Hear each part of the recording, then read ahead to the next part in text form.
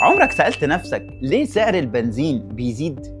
ويا ترى البنزين بيزيد كده وخلاص ولا في أسباب ورا الزيادات دي؟ تعال أقولك إيه العلم اللي ورا القرارات دي كلها في العالم كله. علم الاقتصاد. الايكونومكس مش مجرد معادلات وارقام وخلاص، ده علم بيدرس ازاي الافراد والدول بياخدوا قراراتهم الماليه، وازاي الموارد بتتوزع علشان توازن ما بين الاستهلاك والادخار والانتاج.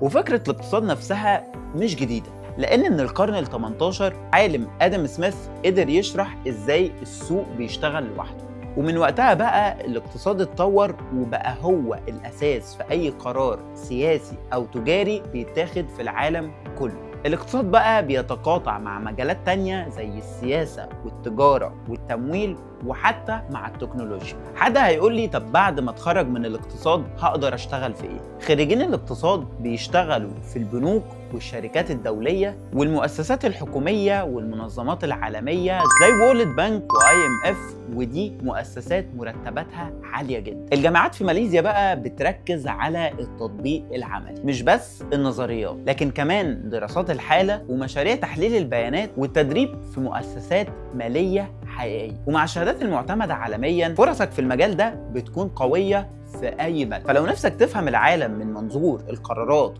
والأرقام، بايونير هتوصلك للجامعة المناسبة ليك في ماليزيا. كلمنا دلوقتي على الرقم ده وابدأ رحلتك في عالم الاقتصاد. سلام.